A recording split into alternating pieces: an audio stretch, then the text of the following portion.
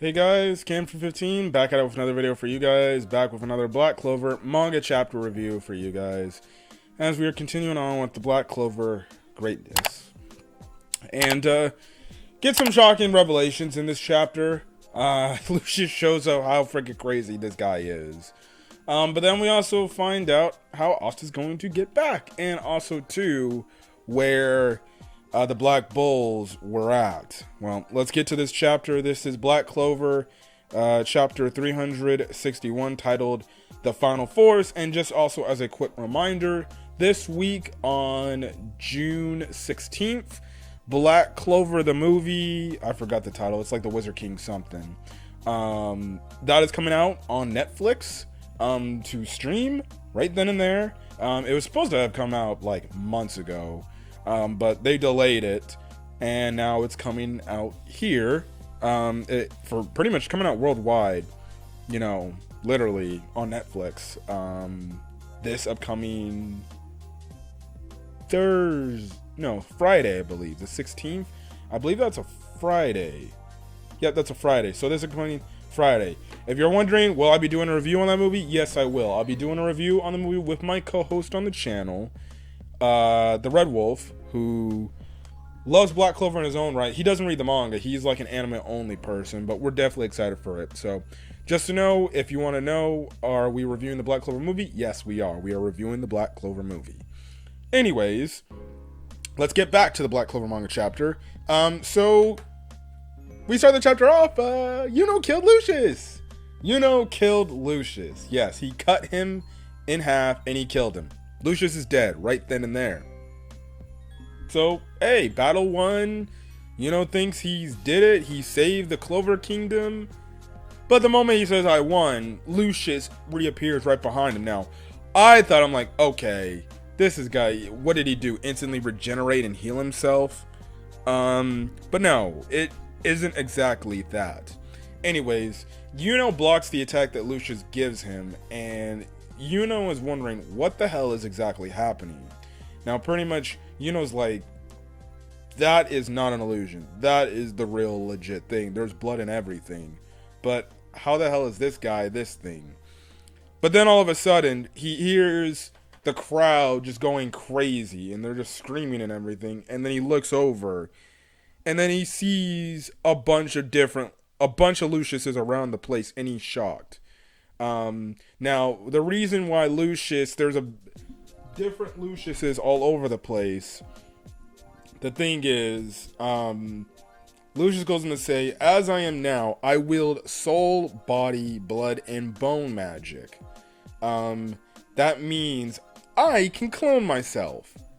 And in the meantime, he's making pretty much the Clover King landscape like just break apart and start floating into the sky. And he pretty much says, even if you surpass my foresight, my plan is flawless. I will turn this land into a new primordial seed bed. And, you know, and descend to it as the Wizard Emperor. Now, the thing is, we see like this we see the barrier around the Clover Kingdom, but there's also this, like, how might I say, and it looks like, as I'm looking at the panel, this other, like, which I'm guessing that's where the real body of Lucius is at. So pretty much that means this entire time Yuno has been fighting a clone version of Lucius. The real body is at the top. It's on like this platform flying in the air, and we see like what I'm guessing is like the tree of Quiloff probably right there behind him, and Lucius just kind of sitting there just watching, which I think that's the real body of Lucius. So pretty much that's the thing right then and there. So you know, he pretty much says, so what if if there's two of you now? I'll just take you both out now. And pretty much Lucius, the copy of Lucius, like, just says, who the hell said there were two? And then again, there's just like, I think when I first read the unofficial translations, I think there was like 11 Luciuses in that one panel, this one full spread panel right then and there. So this was definitely a plot twist I didn't see coming. Now, in a way, maybe it is kind of like predictable that he could do this, or it's like kind of a, I wouldn't say not predictable. It's kind of a cop-out to get rid of the fact that that Yuno is so damn strong at this point. Which, it goes to show you that he killed a legit copy of Lucius, which you would think, if it's a copy of Lucius, it probably has the same amount of strength as Lucius could do. So, in a way, Yuno killed somebody of a Wizard King-like power. Or let me rephrase that. Yuno pretty much killed a character that is on like Wizard King level pars of strength. So that goes to show you how strong Yuno has grown within like a year from the time skip. Which also goes to show you how strong he truly is. As a character, that he's able to kill a Wizard King, a character that has pretty much a power up to Wizard King level, pretty much. So that within itself is pretty much crazy. But like I said, it's kind of like this flex moment for Lucius, to where he's just like, oh, yeah, you may have killed that copy, but there's like only 1,000 more copies I can make. And the thing is, he can continuously make these copies. And mind you, it took Yuno to the absolute limit to beat one copy.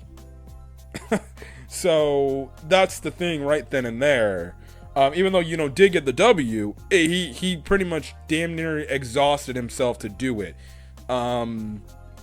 So yeah, now obviously this makes sense in the grand scheme of Lucius being able to make these clones, because he does have the abilities of his siblings, which they all had blood. They had blood, soul, and body magic. Well, freaking what's his face had gravity magic from Lucifero, but you get the point, guys. You get the point. And he's obviously using he's obviously using the he's obviously using the gravity magic to shift the terrain of the Clover Kingdom right then and there. So yeah. Anyways, Lucius responds to Yuno, who's like just in utter shock and awe right now, saying, "You were strong, Yuno Grin Burial." And everything. In the meantime, all the other Magic Knights are losing hope because there's just 1,000 Luciuses all over the place. But Noelle, she's the one that's not given up yet. And pretty much, it seems like she's fighting not only Lucius, she's also fighting Asta herself. And she's pretty much saying, we're not done yet, we still got a chance. We then cut over to where the Black Bulls are at, and all the other remaining Black Bull members are actually in the Witch's Forest. So yes, and Vanessa is leading the charge here, and we see the Witch King for the first time since Jesus. The Witch's Forest arc, which was like many chapters and many anime episodes ago. I still remember watching that moment, and I was just like, what the hell? This arc is absolutely crazy. With after coming off the little water arc they were doing, but the thing is, Vanessa's asking the Witch Queen to lend her power to help find Asta. Now, pretty much because the Witch King can kind of see into the future, although it's not as accurate as, say, like, maybe Lucius is probably. She goes on to say, like, I foresaw that you pretty much were going to come and ask for me, but you see, the anti-magic boy, he's alive, but he's in a foreign country. Now, obviously, all the Black Bull members are happy that he's still alive, but pretty much the Witch King is like, well, because he's in another country, he's too far to be summoned to be brought back here to the Clover Kingdom. Then pretty much the other members are like, well, asking what they're gonna do. Now, that's when we see Dorothy show up out of nowhere, and she's like, it's gonna be fine. And pretty much all the other Black Bull members are like shocked that Dorothy's there, and pretty much Dorothy says, since Asta's future can't be read, I thought we need his power if we're going to defeat Lucius. Pretty much she goes on to say that they're the three, Vanessa, the Witch Queen, and herself, Dorothy, are the three strongest witches in their generation, and if they team up, there's pretty much nothing they can do. So we kind of get this acknowledgement of the fact that not only Dorothy is a pretty strong witch, we get the confirmation here that Dorothy is a witch, and we even hear from the Witch Queen herself that she actually used to live in the Witch's Forest before she just, I guess, left. Why she left, I don't know if that'll ever be explained. I feel like that would be like some sort of offset question Tabata would have to answer. because we don't really know much about Dorothy. Now, you know, we got a little bit of insight into her now that we know that, oh, she's a witch too. I guess now it makes sense with the fact that she wore that like witch's hat, I guess, unless you figure that she was a witch. You know, I thought it was just for design purposes, but when I read it, I was like, oh, wow, I didn't know that. Obviously, we know the witch queen is very strong within herself, but the fact that she also mentioned the fact that Vanessa is one of the strongest witches in their generation actually goes to show you how much stronger Vanessa's gotten throughout the series, albeit it's obviously due to her little fate power-up she got that was broken, especially when I was first watching the anime. I'm like, this shit is broken. That means she can practically do whatever she wants. Now, yes, there are ways that future villains have counteracted that whole fate thread line she had. But even then, you know, it's still a pretty powerful, you know, case. And just to hear that my girl Vanessa, yes, I love Vanessa as much as I love all the other women in Black Clover.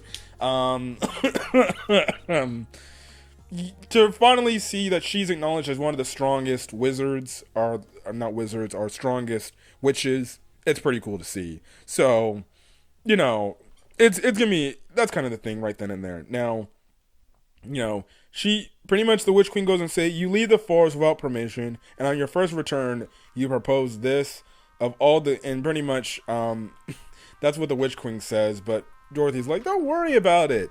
Now, the witch queen goes and say, the world is in crisis, and all my witches will assist you, pretty much.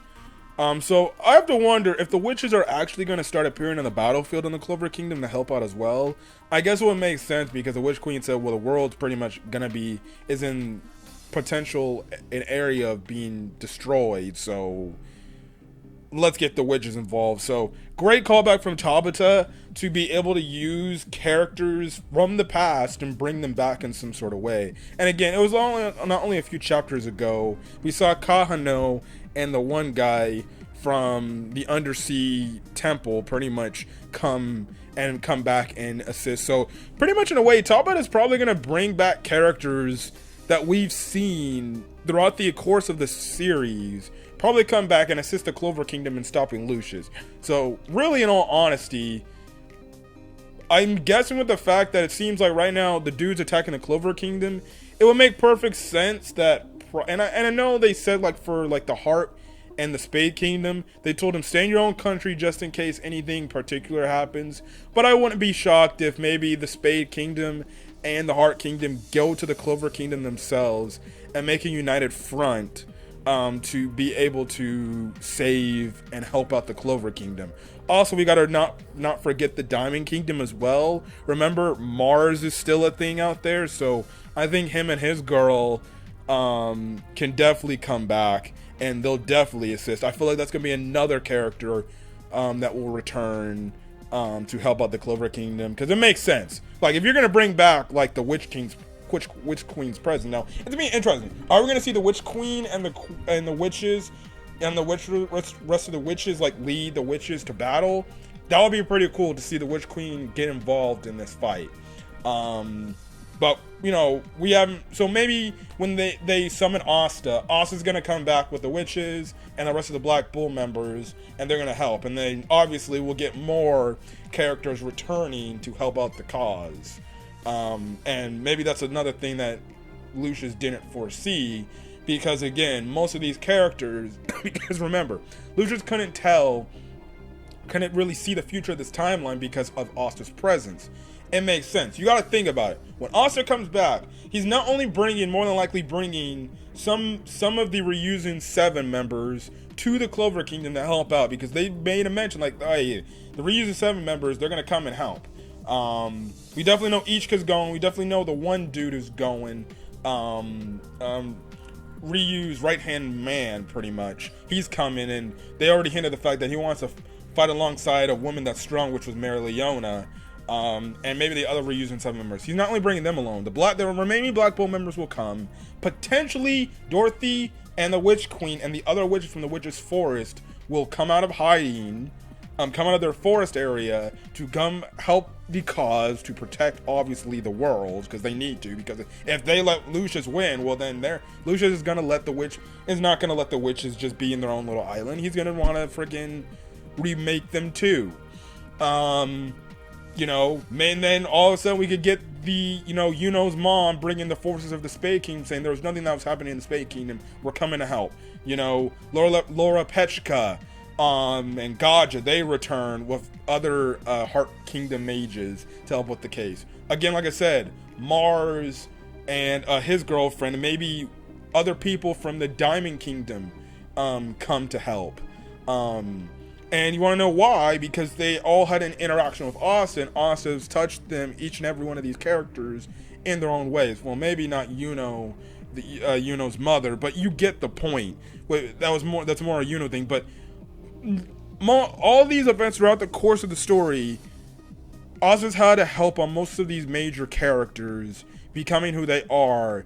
And that's kind of the thing right then and there. And I feel like that would be another shock to Lucius, where he sees all these forces helping the Clover Kingdom, and he's like, I didn't foresee this. He couldn't foresee it because Asta's in this timeline, and he can't see the future of this timeline. So I think the thing is, I think his downfall is definitely going to be the bonds and the friendships, you know, that Asta has made over the course of his journey to get to this point. And he's not going to see any of this coming, and he's going to be not expected. But obviously, he's not going to give up right then and there. Anyways, they say Dorothy says with the Black Bull Spatial Mage at its heart, which is which is our boy. Frick, I forgot his name. I keep forgetting these members' names. Will activate a gargantuan compound spell, the Door of Fate. It's a wonderful spell that lets you see the person you want to meet. And pretty much, we cut back to the land of the rising sun. This one member gives Asta his Black Bull's robe, pretty much. And pretty much we see Asta looking like he's ready to go to battle. As the chapter ends off, there's apparently going to be no break. And, yes, we're good. We are good. So, I definitely cannot wait to see what the hell is going on for Black Clover, but another great chapter. Anyways, I'm gonna get out of here, guys. If you guys like the video, leave a like, put in the comment section your thoughts on this week's episode of Black Clover, as well as hit the subscribe button if you want to get more Black Clover content, and give me your hype levels for the Black Clover movie. Anyways, catch you guys in the next video. Till then, guys, peace.